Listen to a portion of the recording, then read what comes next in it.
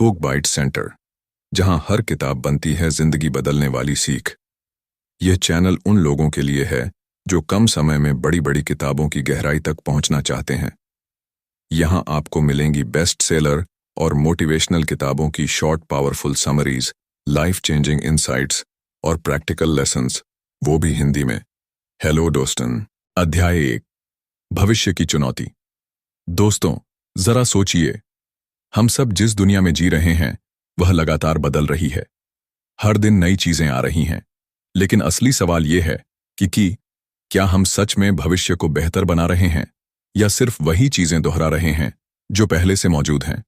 Peter Thiel इस पहले अध्याय में कहते हैं कि भविष्य को समझने का सबसे आसान तरीका है प्रोग्रेस को 2 भागों में बांटना। 1 horizontal progress, 1 to n, copy करना। इसका मतलब है जो चीज पहले से मौजूद है उसे बार बार बनाना। जैसे कोई नया मोबाइल ब्रांड आया और बाकी कंपनियां भी वही फीचर्स कॉपी करके नए नए मॉडल निकालने लगती हैं। यह प्रोग्रेस होती है, लेकिन लिमिटेड होती है। इसे थील कहते हैं गोइंग फ्रॉम 1 to n, यानी एक चीज को बार बार मल्टीप्लाई करना। उदाहरण, चीन, चाइना ने पिछले 30 सालों में यही किया। पूरी दुनिया की टेक्नोलॉजी को कॉपी करके अपना इंडस्ट्रियल एम्पायर बना लिया। इससे ग्रोथ तो हुई, लेकिन इसमें ओरिजिनलिटी बहुत कम थी। 2 वर्टिकल प्रोग्रेस, 0 to 1, नया बनाना। वर्टिकल प्रोग्रेस का मतलब है कुछ बिल्कुल नया क्रिएट करना जो पहले कभी एग्जिस्ट ही नहीं करता था। जैसे गूगल ने सर्च इंजन बनाया, फेसबुक ने सोशल नेटवर्किंग और टेस्ला ने इलेक्ट्रिक कार्स को प्रैक्टिकल बना दिया। ये इन्वेंशंस पहले कभी नहीं देखी गई थीं। इसे कहते हैं 0 to 1, यानी कुछ ऐसा क्रिएट करना जो पहले 0 था और अब 1 बन गया। 3 क्यों जरूरी है वर्टिकल प्रोग्रेस? पीटर थील कहते हैं कि फ्यूचर बनाने के लिए सिर्फ कॉपी करना काफी नहीं है। अगर हर कोई एक दूसरे को कॉपी करता रहा तो दुनिया में असली इनोवेशन कभी नहीं आएगा। अगर हम सिर्फ 1 to n तक ही सीमित रह गए तो हमारी ग्रोथ स्लो हो जाएगी। लेकिन अगर हम 0 to 1 तक पहुंच गए तो हम हिस्ट्री बदल देंगे। भविष्य के 2 रास्ते। भविष्य 2 तरीकों से बन सकता है। एन डेफिनेट फ्यूचर, जब हमें पता हो कि हम कहां जा रहे हैं और हमारे पास क्लियर प्लान हो। तो इनडेफिनेट फ्यूचर, जब हम सोचते हैं कि कुछ अच्छा तो होगा पर हमें नहीं पता कैसे।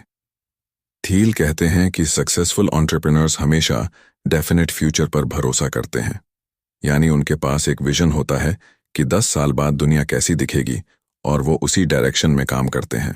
असली चुनौती क्या है? असली चैलेंज यह है कि हमें 0 to 1 इनोवेशन करना सीखना होगा। हमें अपने माइंडसेट को बदलना होगा। कंपटीशन से हटकर क्रिएटिविटी की तरफ आना होगा। सवाल यह नहीं है कि कितनी कंपनीज बन रही हैं, बल्कि यह है कि क्या वो कंपनीज सच में कुछ नया क्रिएट कर रही हैं। चैप्टर 1 का मैसेज कॉपी करना आसान है, नया बनाना मुश्किल। लेकिन दुनिया को बदलने वाले वही लोग होते हैं जो 0 to 1 तक पहुंचते हैं। हमें सिर्फ बेटर बनना नहीं है, हमें डिफरेंट बनना है। फ्यूचर उन्हीं के हाथ में है जो बड़े सवाल पूछने और नए सॉल्यूशंस बनाने की हिम्मत रखते हैं। दोस्तों, इस पहले अध्याय का सार यही है कि अगर आप एंटरप्रेन्योर बनना चाहते हैं तो सोचिए कि आप दुनिया को 0 से 1 तक कैसे ले जा सकते हैं। अध्याय 2, पार्टी लाइक इट्स 1999। दोस्तों, जरा 1990s के आखिरी सालों की कल्पना कीजिए। इंटरनेट का जमाना तेजी से बढ़ रहा था। हर कोई मान रहा था कि इंटरनेट पूरी दुनिया बदल देगा। हर दिन कोई ना कोई नया .com स्टार्टअप शुरू होता था। इन्वेस्टर्स पागल होकर पैसे लगा रहे थे। लोग मानते थे अगर आपका स्टार्टअप इंटरनेट पर है तो आप करोड़पति बनने वाले हैं। लेकिन फिर हुआ एक बड़ा झटका। .com बबल फूटा और हजारों कंपनियां रातों रात खत्म हो गईं। .com क्रैश से सीखे गए 4 सबक। पीटर थील बताते हैं कि इस क्रैश के बाद दुनिया ने कुछ सीख निकाली, लेकिन असल में वो लेसन्स आधे अधूरे थे। लोगों ने ये 4 बातें मान लीं। स्लो प्रोग्रेस इज सेफ, धीरे धीरे ग्रो करो, ज्यादा रिस्क मत लो, स्टे लीन एंड फ्लेक्सिबल, छोटी कंपनीज बनाओ, जल्दी अडेप्ट करो, इम्प्रूव इंक्रीमेंटली, कुछ नया मत करो, बस जो है उसी में सुधार करो। कंपटीशन इज हेल्थी, भीड़ में शामिल रहो, मार्केट को फॉलो करो। थील की सोच, ये सब गलत है। थील कहते हैं कि इन लेसन्स ने स्टार्टअप दुनिया को कंजर्वेटिव बना दिया। एंटरप्रेन्योर्स रिस्क लेने से डरने लगे और बस छोटे छोटे एक्सपेरिमेंट्स में फंस गए। असली लेसन ये होना चाहिए था, बोल्ड बनो, छोटा मत सोचो, मोनोपोली बनाने की कोशिश करो, भीड़ में खो मत जाओ, डेफिनेट विजन रखो। सिर्फ फ्लेक्सिबल रहने से काम नहीं चलता, कंपटीशन नहीं, इनोवेशन जरूरी है। पेपाल का एग्जाम्पल, पीटर थील खुद बताते हैं कि पेपाल भी .com बबल के दौरान शुरू हुआ था, लेकिन पेपाल ने बचाव किया क्योंकि उसका क्लियर विजन था, ऑनलाइन पेमेंट्स को आसान बनाना। टीम ने बोल्ड स्टेप्स लिए और तेजी से ग्रो किया। उन्होंने सिर्फ प्रोडक्ट नहीं बल्कि पूरे फाइनेंशियल सिस्टम को बदलने की कोशिश की। असली सिखावन .com बबल ने हमें सिखाया कि सिर्फ ट्रेंड फॉलो करने से कुछ नहीं होता। असली एंटरप्रेन्योर वो है जो भीड़ से हटकर 0 to 1 इनोवेशन करता है। फेलियर से डरकर छोटे एक्सपेरिमेंट्स करना आपको एवरेज बना देगा। बड़े जीतने के लिए बड़े रिस्क लेने पड़ते हैं। चैप्टर 2 का मैसेज 1999 का इंटरनेट बूम हमें याद दिलाता है कि फ्यूचर बनाने के लिए बोल्ड विजन चाहिए। गलत लेसन सीखकर सेफ खेलना सबसे बड़ी गलती है। एंटरप्रेन्योर्स को चाहिए कि वो मोनोपोली बनाने का साहस करें, भीड़ से हटकर सोचें और लॉन्ग टर्म विजन रखें। यानी इस अध्याय का सार यही है कि स्टार्टअप की दुनिया में छोटे छोटे सुधार 1 to N आपको जीवित रख सकते हैं, लेकिन 0 to 1 इनोवेशन ही आपको महान बनाएगा। अध्याय 3, सभी खुश कंपनियां अलग होती हैं। पीटर थील इस अध्याय की शुरुआत एक दिलचस्प लाइन से करते हैं, all happy companies are different, all unhappy companies are alike.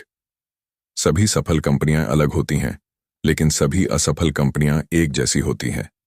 यानी हर सफल कंपनी की अपनी अलग वजह होती है, लेकिन जो कंपनियां फेल होती हैं उनकी असफलता लगभग समान कारणों से होती है, कड़ी कंपटीशन और बिना विजन का काम करना। 1 मोनोपोली वर्सेस कंपटीशन। थील कहते हैं कि कंपनियां दो तरह की होती हैं। मोनोपोली कंपनीज वो कंपनीज जो इतना यूनिक प्रोडक्ट बनाती हैं कि उनका कोई डायरेक्ट कंपेटिटर नहीं होता। मोनोपोली उन्हें लॉन्ग टर्म सक्सेस और हाई प्रॉफिट्स देती है। जैसे गूगल सर्च इंजन में मोनोपोली रखता है। कंपेटिटिव कंपनीज जो भीड़ का हिस्सा बनकर काम करती हैं, उनमें प्राइस वॉर, स्ट्रगल और कम प्रॉफिट होता है। जैसे रेस्टोरेंट बिजनेस, जहां सब एक दूसरे जैसे प्रोडक्ट्स देते हैं। थील का साफ कहना है कि कंपटीशन एक ट्रैप है, मोनोपोली ही अल्टीमेट गोल है। क्यों लोग कंपटीशन को अच्छा मानते हैं? समाज हमें बचपन से कंपटीशन सिखाता है। एग्जाम्स, स्पोर्ट्स, जॉब मार्केट, हर जगह हमें यही सिखाया जाता है कि दूसरों को हराओ। इसीलिए जब लोग स्टार्टअप शुरू करते हैं तो वो भी कंपटीशन को नॉर्मल मानते हैं। लेकिन असलियत ये है कि कंपटीशन डिस्ट्रॉय करता है और मोनोपोली क्रिएट करती है। 3 मोनोपोली कंपनियों की खास बातें। पीटर थील बताते हैं कि सक्सेसफुल मोनोपोली कंपनीज की 4 खास स्ट्रैटेजीज होती हैं। प्रोप्राइटरी टेक्नोलॉजी, उनका प्रोडक्ट इतना एडवांस्ड होता है कि कोई उसे आसानी से कॉपी नहीं कर सकता। एग्जाम्पल, गूगल का सर्च एल्गोरिदम। नेटवर्क इफेक्ट्स, जितने ज्यादा लोग प्रोडक्ट यूज करते हैं, प्रोडक्ट उतना वैल्यूएबल बन जाता है। Example, Facebook, WhatsApp. Economies of scale, जितना बड़ा स्केल उतना कम कॉस्ट और ज्यादा efficiency. Example, Amazon. Branding, strong brand monopoly को मजबूत करता है। Example, Apple. कंपटीशन की सच्चाई, कंपेटिटिव बिजनेस में कंपनीज एक दूसरे से लड़ते लड़ते प्रॉफिट ही खो देती हैं। एग्जाम्पल, एयरलाइन इंडस्ट्री, बहुत कंपटीशन है लेकिन प्रॉफिट बहुत कम। मोनोपोली बिजनेस में कंपनीज बिना डर के लॉन्ग टर्म विजन पर काम कर सकती हैं। चैप्टर 3 का मैसेज, सभी सक्सेसफुल कंपनियां अलग होती हैं क्योंकि उन्होंने कुछ ऐसा बनाया जो दूसरों से बिल्कुल अलग है। फेल कंपनियां एक जैसी होती हैं क्योंकि वो सिर्फ भीड़ में फंसी रहती हैं। अगर आप एंटरप्रेन्योर हो तो आपका अल्टीमेट गोल होना चाहिए मोनोपोली बनाना, कंपटीशन से बचना। तो इस अध्याय का सार यही है कि स्टार्टअप में सरवाइव करने के लिए कंपटीशन ठीक है, लेकिन थ्राइव, महान बनने के लिए मोनोपोली जरूरी है। अध्याय 4, प्रतियोगिता की विचारधारा। दोस्तों, हमें बचपन से सिखाया जाता है कंपटीशन अच्छा है, यह हमें बेहतर बनाता है। लेकिन पीटर थील कहते हैं कि यह सोच अधूरी है। असल में कंपटीशन हमें इतना कंज्यूम कर लेता है कि हम इनोवेशन करना भूल जाते हैं। वन कंपटीशन का धोखा। जब आप कंपटीशन में फंसे होते हैं तो आपका पूरा फोकस सिर्फ दूसरों को हराने पर होता है। आप यह भूल जाते हैं कि आपको नया वैल्यू क्रिएट करना है। कंपटीशन आपको सीमित कर देता है। आप बस उतने ही अच्छे बन पाते हैं जितने आपके कॉम्पिटिटर हैं। यानी आप डिफरेंट नहीं, बस बेटर बनने की कोशिश करते हैं। 2 एग्जाम्पल। Education system. हमारे स्कूल्स और कॉलेजेस कंपटीशन से भरे होते हैं। Exams, grades, ranks. स्टूडेंट्स का पूरा फोकस होता है दूसरों से आगे निकलने का। लेकिन कोई यह नहीं सोचता कि असल में मैं कौन सी नई चीज क्रिएट कर रहा हूं। थील कहते हैं यही माइंडसेट बाद में स्टार्टअप्स और बिजनेस में भी चला जाता है। 3 example. Business rivalry. Business world में कई कंपनीज सिर्फ एक दूसरे से लड़ने में लगी रहती हैं। Example, Pepsi versus Coca Cola या सैमसंग वर्सेस एप्पल। रिजल्ट, दोनों अपने प्रोडक्ट को इंप्रूव तो करते हैं, लेकिन वो असली ब्रेक थ्रू इनोवेशन नहीं ला पाते। 4 इनोवेशन वर्सेस कंपटीशन। इनोवेशन तभी आता है जब आप भीड़ से बाहर निकलते हैं। अगर आप सिर्फ कंपेटिटर को हराने की कोशिश कर रहे हैं तो आप छोटे इंप्रूवमेंट्स करोगे। लेकिन अगर आप मोनोपोली बनाने की सोचते हो तो आप कुछ बिल्कुल नया क्रिएट करोगे। 5, क्यों लोग कंपटीशन को फॉलो करते हैं? क्योंकि कंपटीशन आसान लगता है। दूसरे कर रहे हैं, मैं भी कर लूं। इनोवेशन मुश्किल है, उसमें रिस्क है, अनसर्टेनिटी है और अकेलापन है। लेकिन याद रखिए, हिस्ट्री बनाने वाले लोग वही हैं जिन्होंने भीड़ से हटकर काम किया। चैप्टर 4 का मैसेज, कंपटीशन को आदर्श मत मानो, ये बस एक जाल है। असली एंटरप्रेन्योर भीड़ से अलग सोचता है और नया फ्यूचर बनाता है। अगर आप बस कॉम्पिटिटर्स को हराने में लगे हो तो आप उनके लेवल तक ही पहुंचोगे। लेकिन अगर आप मोनोपोली बनाने में लगे हो तो आप पूरी दुनिया बदल दोगे। इस अध्याय का सार यही है कि दूसरों से आगे निकलने की कोशिश मत करो, दूसरों से अलग बनने की कोशिश करो। अध्याय 5, अंतिम मूवर का लाभ, लास्ट मूवर एडवांटेज। स्टार्टअप। दुनिया में अक्सर कहा जाता है फर्स्ट मूवर एडवांटेज लो, जो पहले आया वही मार्केट जीतेगा। लेकिन पीटर थील इस सोच को चैलेंज करते हैं। वो कहते हैं कि फर्स्ट मूवर होना हमेशा जीत नहीं दिलाता, असली फायदा लास्ट मूवर को होता है।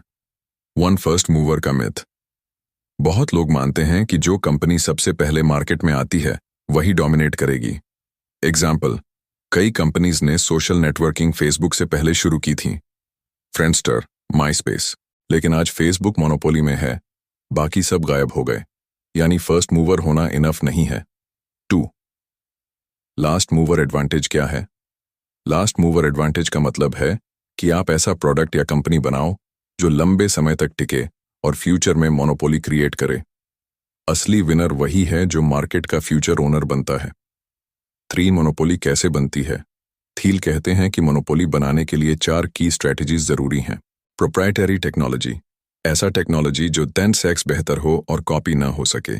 एग्जाम्पल, गूगल का सर्च एल्गोरिदम। 2, नेटवर्क इफेक्ट्स, जितने ज्यादा लोग प्रोडक्ट यूज करें उतना ही उसका वैल्यू बढ़े। Example, WhatsApp, Facebook. 3, economies of scale, जैसे जैसे स्केल बढ़े कॉस्ट कम होती जाए और कंपनी स्ट्रॉन्गर होती जाए। Example, Amazon. 4, branding, strong brand monopoly को लंबे समय तक टिकाता है। Example, Apple. Short term versus long term thinking, बहुत स्टार्टअप्स सिर्फ शॉर्ट टर्म सक्सेस पर ध्यान देते हैं, लेकिन last movers long term vision रखते हैं। थील कहते हैं 10 साल बाद आपकी कंपनी कहां होगी, यही असली सवाल है। 5 एग्जाम्पल, गूगल सर्च इंजन में कई प्लेयर्स थे, लेकिन गूगल ने मोनोपोली बनाई। क्यों? क्योंकि गूगल ने टेक्नोलॉजी, स्केल और ब्रांड तीनों पर लंबे समय तक काम किया। आज गूगल सिर्फ फर्स्ट मूवर एडवांटेज से नहीं, बल्कि लास्ट मूवर एडवांटेज से मार्केट का किंग है। चैप्टर 5 का मैसेज, स्टार्टअप दुनिया में जल्दी आना सब कुछ नहीं है। असली जीत उस कंपनी की होती है जो लंबे समय तक टिके और मोनोपोली बनाए। शॉर्ट टर्म ग्रोथ नहीं, लॉन्ग टर्म मोनोपोली बनाना अल्टीमेट गोल होना चाहिए। इस अध्याय का सार यही है कि मार्केट में सबसे पहले आना जरूरी नहीं है, मार्केट में सबसे आखिर तक टिकना जरूरी है। अध्याय 6। आप कोई लॉटरी टिकट नहीं है दोस्तों। आपने यह लाइन जरूर सुनी होगी, लाइफ एक लॉटरी है, किस्मत में जो लिखा है वही होगा। लेकिन पीटर थील इस सोच को गलत मानते हैं। वो कहते हैं आपकी जिंदगी और आपकी सक्सेस कोई लॉटरी गेम नहीं है। वन लक बनाम प्लानिंग। दुनिया में दो तरह के लोग होते हैं। वन, इनडेफिनिट ऑप्टिमिस्ट्स, जो सोचते हैं कि फ्यूचर अच्छा होगा लेकिन उनके पास कोई क्लियर प्लान नहीं होता। दो, डेफिनिट ऑप्टिमिस्ट्स, जो सोचते हैं कि फ्यूचर अच्छा होगा और उनके पास उस फ्यूचर को बनाने का क्लियर विजन और प्लान होता है। थील कहते हैं विनर्स हमेशा डेफिनेट ऑप्टिमिस्ट्स होते हैं। दो इनडेफिनिट फ्यूचर का प्रॉब्लम। बहुत से लोग मानते हैं कि कुछ अच्छा तो होगा ही, देखेंगे क्या होता है। इस माइंडसेट से लोग बस फ्लो के साथ बहते रहते हैं। रिजल्ट, वो कभी कुछ बड़ा क्रिएट नहीं कर पाते। 3, क्यों प्लानिंग जरूरी है? अगर आप सोचते हैं कि सक्सेस पूरी तरह लक पर है तो आप रिस्क लेने से डरेंगे। आप बोल्ड स्टेप्स नहीं लोगे क्योंकि आपको लगेगा मेरे हाथ में कुछ नहीं है। लेकिन असल ट्रूथ ये है कि फ्यूचर बनाने की पावर आपके एक्शंस और डिसीजंस में है। Sure example, entrepreneurs. Successful entrepreneurs ने कभी ये नहीं सोचा कि चलो ट्राई करते हैं, अगर किस्मत में होगा तो चल जाएगा। उनके पास हमेशा एक विजन था और उन्होंने उसी विजन के लिए स्ट्रैटेजी बनाई। एग्जाम्पल, इलॉन मस्क ने टेस्ला और स्पेस एक्स लक के भरोसे नहीं बनाए, बल्कि क्लियर प्लानिंग और बोल्ड विजन से बनाए। लाइफ कोई लॉटरी नहीं है। थील कहते हैं कि अगर आप लाइफ को लॉटरी मानते हो तो आप एवरेज बन जाओगे, लेकिन अगर आप मानते हो कि फ्यूचर आपके हाथ में है तो आप एक्स्ट्रॉर्डिनरी बन सकते हो। चैप्टर 6 का मैसेज। सक्सेस सिर्फ चांस से नहीं आती, यह विजन, हार्ड वर्क और प्लानिंग से आती है। खुद को लॉटरी टिकट मत समझो, खुद को फ्यूचर का क्रिएटर समझो। बी अ डेफिनेट ऑप्टिमिस्ट, यानी फ्यूचर के लिए क्लियर विजन रखो और उसी दिशा में बोल्ड एक्शन लो। इस अध्याय का सार यही है कि आपकी किस्मत लॉटरी से तय नहीं होती, बल्कि आपके विजन और एक्शन से तय होती है। अध्याय 7, पैसे का पीछा करो, फॉलो द मनी। दोस्तों, बिजनेस की दुनिया में एक बहुत बड़ा इल्यूजन है। हर बिजनेस बराबर वैल्यू क्रिएट करता है, लेकिन थील कहते हैं कि असलियत बिल्कुल अलग है। बिजनेस और इन्वेस्टमेंट्स में पावर लॉ काम करता है। वन, पावर लॉ क्या है? पावर लॉ का मतलब है कि कुछ ही कंपनीज या इन्वेस्टमेंट्स ज्यादातर रिटर्न्स जनरेट करते हैं। 100 स्टार्टअप्स में से हो सकता है सिर्फ 1 या 2 ही बहुत बड़े बने और बाकी सब एवरेज या फेल हो जाएं। यानी सक्सेस इक्वल डिस्ट्रीब्यूशन में नहीं, बल्कि कॉन्सेंट्रेशन में होती है। Example, venture capital VC firms 10-20 startups में इन्वेस्ट करती हैं, लेकिन उनमें से सिर्फ 1-2 स्टार्टअप्स पूरी वेल्थ क्रिएट करते हैं, बाकी नेग्लिजिबल होते हैं। हर जगह पावर लॉ, पीटर थील बताते हैं कि पावर लॉ सिर्फ स्टार्टअप्स या इन्वेस्टिंग में ही नहीं, बल्कि लाइफ और सोसाइटी में भी दिखता है। टेक्नोलॉजी, गूगल ने सर्च में मोनोपोली बनाई, बाकियों की कोई वैल्यू नहीं रही। एंटरटेनमेंट, कुछ ही मूवीज या एक्टर्स ज्यादातर पैसा और फेम लेते हैं। बुक्स, लाखों किताबें पब्लिश होती हैं, लेकिन टॉप 10 ही ज्यादा बिकती हैं। क्यों जरूरी है पावर लॉ समझना? अगर आप एंटरप्रेन्योर या इन्वेस्टर हैं और आपने पावर लॉ नहीं समझा, तो आप अपना फोकस गलत जगह वेस्ट करोगे। एग्जाम्पल, अगर आप 10 प्रोजेक्ट्स में बराबर एनर्जी बांट दोगे तो शायद कोई भी बड़ा रिजल्ट ना दे, लेकिन अगर आप टॉप 1 अपॉर्चुनिटी पर पूरा फोकस करोगे तो आप मैसिव सक्सेस पा सकते हो। वॉर थील का मैसेज। एंटरप्रेन्योर्स को डोंट डाइवर्सिफाई, फोकस। सक्सेस का मतलब है कि आप अपनी एनर्जी और रिसोर्सेज को उस एक जगह लगाओ जो सबसे बड़ा पोटेंशियल रखती है। यही स्मार्ट वे है फ्यूचर बनाने का। 5 एग्जाम्पल, पेपाल और फेसबुक। थील बताते हैं कि जब उन्होंने फेसबुक में इन्वेस्ट किया तो वो जानते थे कि यह उनके पोर्टफोलियो का सबसे बड़ा बेट होगा, और यही हुआ। फेसबुक का रिटर्न इतना बड़ा था कि उसने बाकी सारे छोटे इन्वेस्टमेंट्स को ओवरशैडो कर दिया। चैप्टर 7 का मैसेज। बिजनेस और लाइफ में सभी अपॉर्चुनिटीज इक्वल नहीं होती। पावर लॉ कहता है कि ज्यादातर वैल्यू कुछ ही जगह पर कॉन्सेंट्रेट होती है, इसलिए अपनी एनर्जी, टाइम और मनी को सबसे हाई पोटेंशियल अपॉर्चुनिटी पर लगाओ। एवरेज चीजों में फंसने से बेहतर है कि आप एक बिग बेट लगाओ। इस अध्याय का सार यही है कि छोटे छोटे चांसेस पर टाइम मत वेस्ट करो, उस एक चीज पर फोकस करो जो पूरी दुनिया बदल सकती है। अध्याय 8, सीक्रेट्स, रहस्य। एक इंसान और रहस्य, secrets of the world. Peter Thiel कहते हैं कि हमारी दुनिया अभी भी रहस्यों से भरी हुई है, लेकिन लोग 2 कैटेगरीज में बंट चुके हैं। 1, ऑप्टिमिस्ट्स, आशावादी, जो मानते हैं कि दुनिया अपॉर्चुनिटीज से भरी है और नए सीक्रेट्स खोजे जा सकते हैं। 2, पेसिमिस्ट्स, निराशावादी, जो सोचते हैं कि अब सब कुछ डिस्कवर हो चुका है, कोई नया सीक्रेट नहीं बचा। थील कहते हैं कि एंटरप्रेन्योर्स को हमेशा पहली कैटेगरी में होना चाहिए। क्या सच में कोई रहस्य बचा है? कई लोग सोचते हैं कि अब दुनिया में सब खोज लिया गया है, फिजिक्स, केमिस्ट्री, बायोलॉजी, सब क्लियर है, टेक्नोलॉजी, हर चीज इन्वेंट हो चुकी है। लेकिन थील कहते हैं कि यह गलत है। असली ट्रूथ यह है कि हर जनरेशन में सीक्रेट्स होते हैं, बस लोग उन्हें देखने की कोशिश नहीं करते। 2 तरह के सीक्रेट्स पीटर थील 2 कैटेगरीज बताते हैं। 1, सीक्रेट्स ऑफ नेचर। ये सीक्रेट्स दुनिया, विज्ञान और प्रकृति से जुड़े होते हैं। एग्जाम्पल, इलेक्ट्रिसिटी का discovery, DNA structure, quantum mechanics, ये सब नेचुरल सीक्रेट्स थे।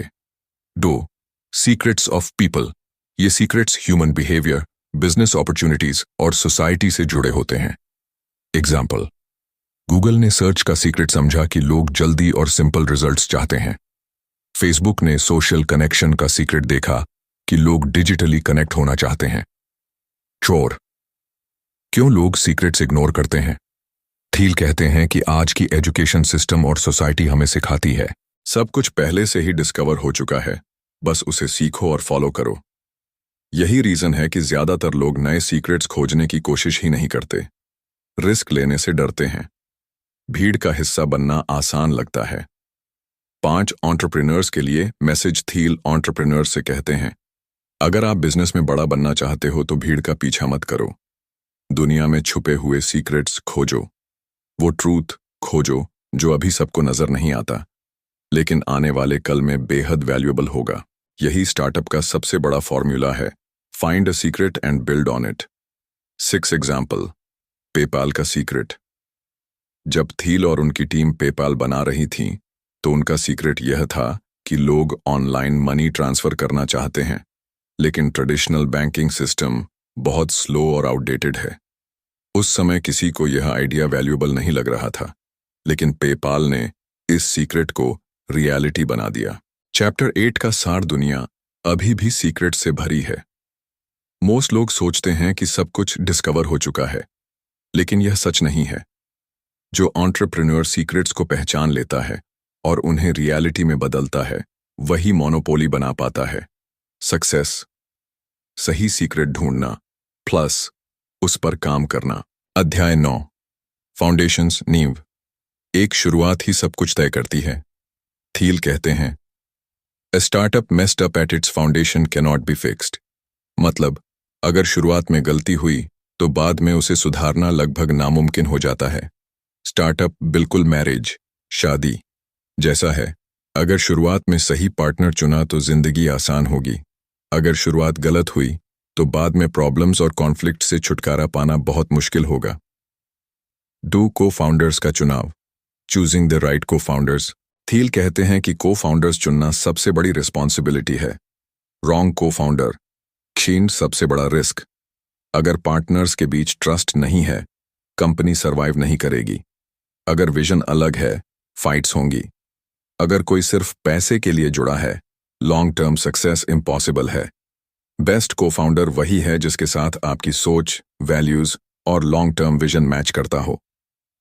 3 ओनरशिप, पोजेशन और control. Peter Thiel startup structure को 3 हिस्सों में बांटते हैं। 1, ओनरशिप, किसका हिस्सा कितना है, कौन कितने % कंपनी का मालिक है। Example, founders, investors, employees, ESOP। 2, possession, कौन डेली काम कर रहा है, डे टू डे काम कौन संभाल रहा है? Example, CEO, CTO, managers. 3. Control, फैसले कौन लेता है? मेजर डिसीजंस पर किसका अधिकार है? Example, board of directors, investors. अगर ये तीनों चीजें क्लियर नहीं होंगी तो स्टार्टअप में फाइट्स और केओस जरूर होगा। 4 early mistakes, future problems. Startup में सबसे बड़ी प्रॉब्लम्स होती हैं गलत इक्विटी डिस्ट्रीब्यूशन, अस्पष्ट रोल्स, कौन क्या करेगा, इन्वेस्टर्स और फाउंडर्स के बीच कंट्रोल फाइट्स। थील कहते हैं, जो भी बड़ी प्रॉब्लम आप स्टार्टअप में देखते हो उसका बीज शुरुआत में ही बोया गया होता है। 5 कल्चर की नींव। कल्चर कोई बाद में सेट होने वाली चीज नहीं है, कल्चर शुरू से ही बनती है। फाउंडर्स किस तरह काम करते हैं, टीम में ऑनेस्टी, ट्रस्ट और हार्डवर्क का माहौल है या नहीं, कंपनी किस तरह के लोगों को हायर करती है, strong culture, strong foundation. 6. Example, PayPal की नींव। जब थील ने पेपाल शुरू किया तो उनकी टीम बहुत केयरफुली चुनी गई थी। हर को फाउंडर टेक्निकली स्ट्रॉन्ग था, सभी का विजन क्लियर था, ऑनलाइन पेमेंट को ग्लोबल बनाना। शुरुआत से ही रोल्स क्लियर थे, किसका काम क्या है। इसी वजह से पेपाल ने इतनी बड़ी सक्सेस पाई। चैप्टर 9 का सार। स्टार्टअप की नींव ही उसकी सक्सेस या फेलियर तय करती है। को फाउंडर्स का चुनाव सबसे क्रिटिकल स्टेप है। ओनरशिप, पोजेशन और कंट्रोल हमेशा क्लियर होना चाहिए। कल्चर शुरुआत से ही सेट होती है, बाद में इसे बदला नहीं जा सकता। स्ट्रॉन्ग फाउंडेशंस केश स्ट्रॉन्ग कंपनी। थील का मैसेज साफ है, अगर शुरुआत में सही फैसले लिए तो स्टार्टअप को कोई नहीं रोक सकता, लेकिन अगर नींव कमजोर रखी तो बड़े से बड़ा प्रोडक्ट भी फेल हो जाएगा। अध्याय 10, the mechanics of mafia. Mafia की तरह टीम बनाओ। वन स्टार्टअप को माफिया जैसा क्यों होना चाहिए? थील पेपाल की टीम को पेपाल माफिया कहते हैं। इसका मतलब अपराधी नहीं, बल्कि ऐसी टीम जो आपस में बेहद लॉयल हो, एक कॉमन विजन से जुड़ी हो, बाहर से छोटी लगे लेकिन अंदर से बेहद मजबूत हो। माफिया स्टाइल टीम शार्क्स, भाईचारे वाली team plus extreme loyalty plus shared mission. सिर्फ नौकरी नहीं, मिशन। स्टार्टअप में लोग सिर्फ सैलरी या पर्क्स के लिए नहीं जुड़ते, उन्हें लगना चाहिए कि वे किसी बड़ी मिशन का हिस्सा हैं। गूगल के एम्प्लॉइज को लगता था कि वे दुनिया की जानकारी को ऑर्गेनाइज कर रहे हैं। स्पेसएक्स की टीम को लगता है कि वे मानव जाति को मंगल ग्रह तक ले जा रहे हैं। जब मिशन बड़ा हो, लोग मेहनत को सैक्रिफाइस नहीं बल्कि कंट्रीब्यूशन मानते हैं। हायरिंग में सबसे बड़ी गलती थील कहते हैं, don't hire people who just need a job, hire people who believe in your mission. अगर कोई सिर्फ पैसों के लिए जुड़ रहा है, वो कभी एक्स्ट्रा एफर्ट नहीं करेगा। स्टार्टअप को चाहिए ऐसे लोग जो कंपनी के सपने को अपना सपना माने। 4 कल्चर। छोटी फैमिली स्टार्टअप की कल्चर ऐसी होनी चाहिए कि हर कोई एक दूसरे को अच्छी तरह जानता हो। लोग सिर्फ प्रोफेशनल लेवल पर नहीं, पर्सनल लेवल पर भी जुड़ें। टीम मेंबर्स के बीच ट्रस्ट और भाईचारा हो, सबको लगे कि वे एक स्पेशल ग्रुप का हिस्सा हैं। यही रीजन है कि थील इसे माफिया कहते हैं, बाहर वालों के लिए मिस्टीरियस और अंदर वालों के लिए एक family. 5 work hard plus have fun. PayPal की टीम बहुत मेहनत करती थी लेकिन साथ ही मजे भी करती थी। Strong bonds work plus fun दोनों से बनते हैं। स्टार्टअप को चाहिए ऐसा माहौल जहां लोग काम करने को मजबूरी नहीं, पैशन समझें। छोटी जीतें भी सेलिब्रेट हों। सही team founders long term success. PayPal की माफिया बाद में अलग होकर भी बहुत सक्सेसफुल रही। Elon Musk, Tesla, SpaceX, Reed Hoffman, LinkedIn, Peter Thiel, Palantir, निवेशक फेसबुक, कई और ने $1 बिलियन कंपनीज बनाई। ये पॉसिबल हुआ क्योंकि शुरुआत से ही उनकी टीम बहुत टाइट निट जुड़ी हुई थी। चैप्टर 10 का सार। स्टार्टअप की टीम माफिया जैसी होनी चाहिए, छोटी, मजबूत और लॉयल। एम्प्लॉयज सिर्फ सैलरी के लिए नहीं, मिशन के लिए जुड़े। स्ट्रॉन्ग कल्चर और भाईचारा लॉन्ग टर्म सक्सेस लाता है। सही टीम से कंपनी मरकर भी नहीं मरती, वो नए नए स्टार्टअप्स में रीबॉर्न हो जाती है। थील का मैसेज है, सही टीम बनाओ जो मिशन में विश्वास करे। ऐसी टीम स्टार्टअप को सिर्फ कंपनी नहीं बल्कि मूवमेंट बना देती है। अध्याय 11, if you build it will they come. One myth, product अपने आप बिक जाएगा। कई फाउंडर्स सोचते हैं अगर हमारा प्रोडक्ट बहुत अच्छा है तो लोग खुद ब खुद इसे ढूंढ लेंगे। लेकिन थील कहते हैं यह सबसे बड़ी गलती है। मार्केट में कंपटीशन बहुत है और लोग तब तक नोटिस नहीं करेंगे जब तक आप उन्हें एक्टिवली रीच आउट न करें। 2 product plus distribution success. Startup की सफलता। Great product x great distribution. Product short innovation quality. Distribution बॉन्डर्स मार्केटिंग सेल्स नेटवर्क चैनल्स। अगर प्रोडक्ट 100 में से 100 है लेकिन डिस्ट्रीब्यूशन 0 है, रिजल्ट अंडर 0। लेकिन अगर प्रोडक्ट 80 का है और डिस्ट्रीब्यूशन 100 है, रिजल्ट ऑर्डर 8000, यानी डिस्ट्रीब्यूशन ही असली मल्टीप्लायर है। 3 सेल्स हमेशा हिडन होती है। थील कहते हैं सबसे अच्छी सेल्स कभी सेल्स जैसी नहीं दिखती। जब कोई दोस्त आपको प्रोडक्ट सजेस्ट करता है वो सेल्स है। जब कोई न्यूज़पेपर आर्टिकल में प्रोडक्ट की तारीफ पढ़ते हैं वो भी सेल्स है। पीआर। जब कोई ब्रांड इतना कूल हो कि लोग खुद खरीदें वो भी सेल्स है। मतलब हर बड़ी कंपनी एक्चुअली सेल्स पर ही बनी है, बस वो दिखती नहीं। 4 डिस्ट्रीब्यूशन चैनल्स। थील बताते हैं कि हर प्रोडक्ट के लिए सही डिस्ट्रीब्यूशन चैनल चुनना जरूरी है। Complex product B2B direct sales team चाहिए। Low price product B2C mass marketing plus ads. Special software tech viral growth plus referrals. One size fits all strategy कभी काम नहीं करती। 5 पेपैल का एग्जाम्पल। पेपैल ने शुरू में सबसे बड़ा सवाल पूछा, लोग हमारे प्रोडक्ट के बारे में कैसे जानेंगे। उन्होंने एक वायरल स्ट्रैटेजी बनाई, हर नए यूजर को 10 बोनस। अगर वो किसी दोस्त को इनवाइट करता तो दोनों को दलान मिलते। इससे पेपाल ने लाखों यूजर्स बहुत जल्दी गेन कर लिए। यह स्ट्रैटेजी डिस्ट्रीब्यूशन की मास्टर स्ट्रोक थी। मार्केटिंग बनाम इंजीनियरिंग बायस। कई इंजीनियर्स सोचते हैं प्रोडक्ट बनाओ मार्केटिंग अपने आप हो जाएगी, लेकिन थील कहते हैं यह गलत है। अगर आप प्रोडक्ट बनाते हो और उसे मार्केट नहीं कर पाते वो वेस्ट हो जाएगा। एक मीडियोकर प्रोडक्ट लेकिन स्ट्रॉन्ग डिस्ट्रीब्यूशन के साथ $1 बिलियन कंपनी बन सकता है। 7 सबसे जरूरी लेसन। अगर आप प्रोडक्ट बना रहे हो तो साथ ही सोचना चाहिए इसे दुनिया तक पहुंचाओगे कैसे। प्रोडक्ट और डिस्ट्रीब्यूशन दोनों बराबर जरूरी हैं। चैप्टर 11 का सार। प्रोडक्ट अपने आप नहीं बिकता, आपको डिस्ट्रीब्यूशन चाहिए। सेल्स जितनी इनविजिबल हो उतनी पावरफुल होती है। हर प्रोडक्ट के लिए अलग डिस्ट्रीब्यूशन चैनल होता है। वायरल ग्रोथ सेल्स स्ट्रैटेजी और मार्केटिंग ईआर उतने ही जरूरी हैं जितना इनोवेशन। स्टार्टअप का equation product x distribution success. Thiel का साफ मैसेज है सिर्फ बेस्ट प्रोडक्ट बनाना काफी नहीं, उसे दुनिया तक पहुंचाने का सबसे अच्छा तरीका ढूंढो। डिस्ट्रीब्यूशन ही जीत और हार तय करता है। अध्याय 12 मैन एंड मशीन। एक आम सोच मशीन बनाम ह्यूमन। आजकल मूवीज और मीडिया हमें यही दिखाते हैं कि एक दिन मशीन इतनी पावरफुल हो जाएगी कि वो इंसानों की जगह ले लेगी। AI जॉब्स खा जाएगा, रोबोट्स इंसानों को कंट्रोल करेंगे। लेकिन थील कहते हैं यह गलत सोच है। मशीन्स इंसानों की जगह नहीं लेंगी बल्कि इंसानों के साथ मिलकर काम करेंगी। 2 कंप्यूटर्स की असली ताकत। मशीन्स की स्ट्रेंथ्स, वो बहुत फास्ट कैलकुलेशन कर सकती हैं, ह्यूज डेटा प्रोसेस कर सकती हैं, कभी थकती नहीं हैं।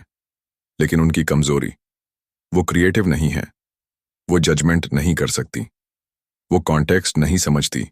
इसलिए मशीन अकेले इंसान की तरह सोच नहीं सकती। 3 ह्यूमंस की ताकत इंसानों के पास। क्रिएटिविटी, क्रिटिकल थिंकिंग, एम्पैथी, दूसरों की भावनाएं समझना, लॉन्ग टर्म विजन यानी इंसान स्ट्रैटेजी और जजमेंट में आगे हैं। 4 best future man plus machine. Thiel का कहना है कि सबसे अच्छा फ्यूचर तब बनेगा जब ह्यूमंस और मशीन्स कंपटीशन न करें बल्कि कोलैबोरेशन करें। उदाहरण डॉक्टर्स प्लस AI डायग्नोसिस और फास्ट हो जाता है।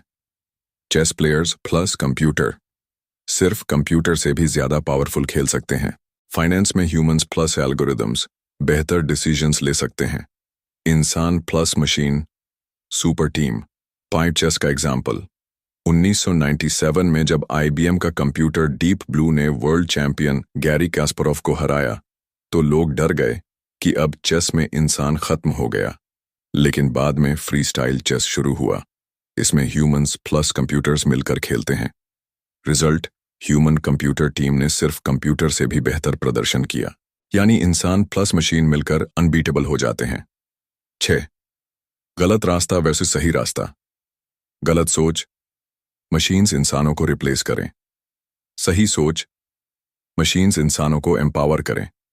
एग्जाम्पल, पेपाल में फ्रॉड डिटेक्शन के लिए सिर्फ कंप्यूटर सिस्टम काफी नहीं था। कंप्यूटर्स सस्पिशियस ट्रांजैक्शंस फ्लैग करते थे और फिर इंसान उन्हें वेरीफाई करके डिसीजन लेते थे। इससे दोनों की ताकत यूज हुई।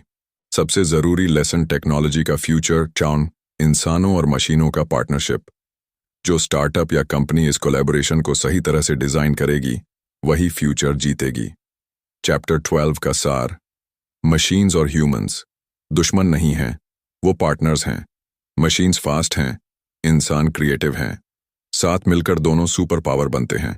फ्यूचर की सबसे बड़ी कंपनीज वही होंगी जो मैन प्लस मशीन का बेस्ट कॉम्बिनेशन बनाएंगी। थील का साफ मैसेज है, मशीन्स कभी इंसानों को पूरी तरह रिप्लेस नहीं कर सकती। फ्यूचर वही जीतेगा जो इंसान और मशीन को मिलाकर काम करना सीखेगा। अध्याय 13, सीइंग ग्रीन, एक शुरुआती दौर। ग्रीन एनर्जी का सपना। 2000 के बाद दुनिया में एक नई लहर आई। पोल्यूशन कम करना है, ग्लोबल वार्मिंग रोकनी है, रिन्यूएबल सोर्सेज से एनर्जी बनानी है। इसलिए बहुत से इन्वेस्टर्स और गवर्नमेंट्स ने ग्रीन एनर्जी स्टार्टअप्स में अरबों डॉलर लगाए। हर कोई मानता था कि यह अगला गूगल या फेसबुक निकलेगा। 2.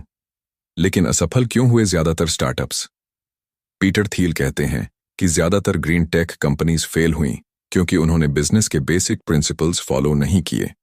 3 थील के 7 सवाल, 0 to 1 प्रिंसिपल्स। थील पहले ही किताब में बताते हैं कि किसी भी सक्सेसफुल स्टार्टअप को 7 सवालों के जवाब देने होते हैं। इंजीनियरिंग क्वेश्चन, क्या आपका प्रोडक्ट रेवोल्यूशनरी है? 2. टाइमिंग क्वेश्चन, क्या अभी सही समय है लॉन्च करने का? 3. मोनोपोली क्वेश्चन, क्या आप एक छोटा मार्केट कैप्चर करके मोनोपोली बना सकते हैं? 4. पीपल क्वेश्चन, क्या आपकी टीम सही है? 5. डिस्ट्रीब्यूशन क्वेश्चन, आप प्रोडक्ट को मार्केट तक कैसे पहुंचाएंगे? 6. ड्यूरेबिलिटी क्वेश्चन, क्या आपकी कंपनी 10-20 साल टिकेगी? 7. सीक्रेट क्वेश्चन, क्या आपके पास ऐसा सीक्रेट है जो बाकी लोग नहीं देख पा रहे? ग्रीन टेक कंपनीज ने इन सवालों के जवाब अच्छे से नहीं दिए। फॉर एग्जाम्पल, सोलिंड्रा की असफलता। सोलिंड्रा नाम की सोलर कंपनी को यूएस गवर्नमेंट ने $500 मिलियन का लोन दिया, लेकिन कुछ सालों में ही वो बैंकरप्ट हो गई। क्यों? टेक्नोलॉजी इतनी एडवांस्ड नहीं थी, कॉस्ट ज्यादा थी। चाइना से कंपटीशन मिला, cheap solar panels. Distribution network कमजोर था। मतलब सिर्फ गुड मिशन काफी नहीं है, बिजनेस मॉडल भी स्ट्रांग होना चाहिए। 5 मिशन वर्सेस मार्केट। बहुत सी ग्रीन कंपनीज ने सोचा कि हम दुनिया बचा रहे हैं, इसलिए लोग इन्वेस्ट करेंगे और प्रोडक्ट खरीदेंगे। लेकिन थील कहते हैं, बिजनेस दुनिया में गुड इंटेंशंस सक्सेस नहीं। आपको सही प्रोडक्ट, सही समय और सही मार्केट चाहिए। 6 सही ग्रीन टेक कैसे बनेगा? थील बताते हैं कि सक्सेसफुल क्लीन एनर्जी कंपनीज वही होंगी जो सस्ता और एफिशिएंट सॉल्यूशन दें, मोनोपोली बनाकर नीश मार्केट कैप्चर करें, स्केल करने लायक डिस्ट्रीब्यूशन मॉडल रखें, टेक्नोलॉजी को 10-20 साल तक टिकाऊ बनाएं और सबसे जरूरी, ऐसा सीक्रेट खोजें जो बाकी कंपेटिटर्स को ना दिखे। 7 फ्यूचर की सच्चाई। एनर्जी का क्राइसिस रियल है। पोल्यूशन भी बड़ा इश्यू है, लेकिन केवल ग्रीन होने से कोई स्टार्टअप सक्सीड नहीं होगा, उसे स्मार्ट बिजनेस बनना होगा। चैप्टर 13 का सार। ग्रीन एनर्जी स्टार्टअप्स में हाइप ज्यादा था, लेकिन विजन क्लियर नहीं था। मिशन अच्छा होना काफी नहीं है, एग्जीक्यूशन और बिजनेस मॉडल जरूरी है। थील के 7 सवाल हर स्टार्टअप को पूछने चाहिए। फ्यूचर की एनर्जी कंपनीज वही सक्सीड करेंगी जो टेक प्लस बिजनेस दोनों को बैलेंस करेंगी। थील का साफ मैसेज, किसी भी कंपनी को सिर्फ अच्छे मिशन पर नहीं, बल्कि स्मार्ट स्ट्रेटेजी पर सक्सीड करना होगा। अध्याय 14, the founders paradox. Wind founder, अलग तरह के लोग। पीटर थील कहते हैं कि सक्सेसफुल फाउंडर्स आम इंसानों जैसे नहीं होते, वे एक्सट्रीम होते हैं, या तो बहुत एक्सेंट्रिक, अनोखे, या बहुत ऑब्सेसिव, जुनूनी। कभी लोग उन्हें जीनियस कहते हैं तो कभी crazy. Examples: Steve Jobs, Apple, visionary plus, बहुत strict plus, perfectionist Elon Musk, Tesla, SpaceX, risk taker plus, ambitious Mark Zuckerberg, Facebook, young introvert लेकिन बोल्ड डिसीजंस। सोसाइटी का विरोधाभास। फाउंडर्स को सोसाइटी अक्सर दो तरह से देखती है: हीरो, जो दुनिया बदलता है; विलन, जो मोनोपोली बनाता है और कंट्रोल चाहता है। यही है फाउंडर्स पैराडॉक्स। लोग फाउंडर को या तो बहुत एडमायर करते हैं या बहुत हेट, बीच में कुछ नहीं। 3 मोनोपोली बनाने वाला फाउंडर थील बार बार कहते हैं कि मोनोपोली बनाना ही सक्सेस है, लेकिन मोनोपोली का मतलब लोगों को लगता है कंट्रोल, ग्रीड और अनफेयरनेस। इसलिए फाउंडर की इमेज हमेशा कंट्रोवर्शियल रहती है। एग्जाम्पल: बिल गेट्स माइक्रोसॉफ्ट को पहले मोनोपोली बनाने वाला विलन कहा गया, लेकिन बाद में फिलैंथ्रोपी, चैरिटी करने से हीरो। 4 फाउंडर की power versus fragility. Founders powerful दिखते हैं, वो कंपनी की डायरेक्शन तय करते हैं, वो कल्चर बनाते हैं, वो इन्वेस्टर्स और पब्लिक को इंस्पायर करते हैं, लेकिन फ्रेजाइल भी होते हैं। अगर फाउंडर चला गया तो कई बार कंपनी गिर जाती है, इसलिए फाउंडर को बैलेंस करना पड़ता है अपनी एक्सेंट्रिसिटी और कंपनी के फ्यूचर के बीच। 5 थील का नजरिया। पीटर थील मानते हैं कि ग्रेट फाउंडर्स रेयर होते हैं। उनके बिना बड़ी कंपनीज शायद एग्जिस्ट ही ना करें, लेकिन उनके साथ रिस्क भी आता है। उनकी पर्सनालिटी कंपनी को बना भी सकती है और बिगाड़ भी सकती है। फाउंडर्स और रिलीजन जैसी कंपैरिजन थील एक इंटरेस्टिंग बात करते हैं। फाउंडर्स को लोग कभी कभी भगवान जैसे ट्रीट करते हैं, उनके फॉलोअर्स उन्हें ब्लाइंडली मानते हैं, जैसे रिलीजन्स में होता है, एक कैरिज्मेटिक लीडर प्लस फॉलोअर्स।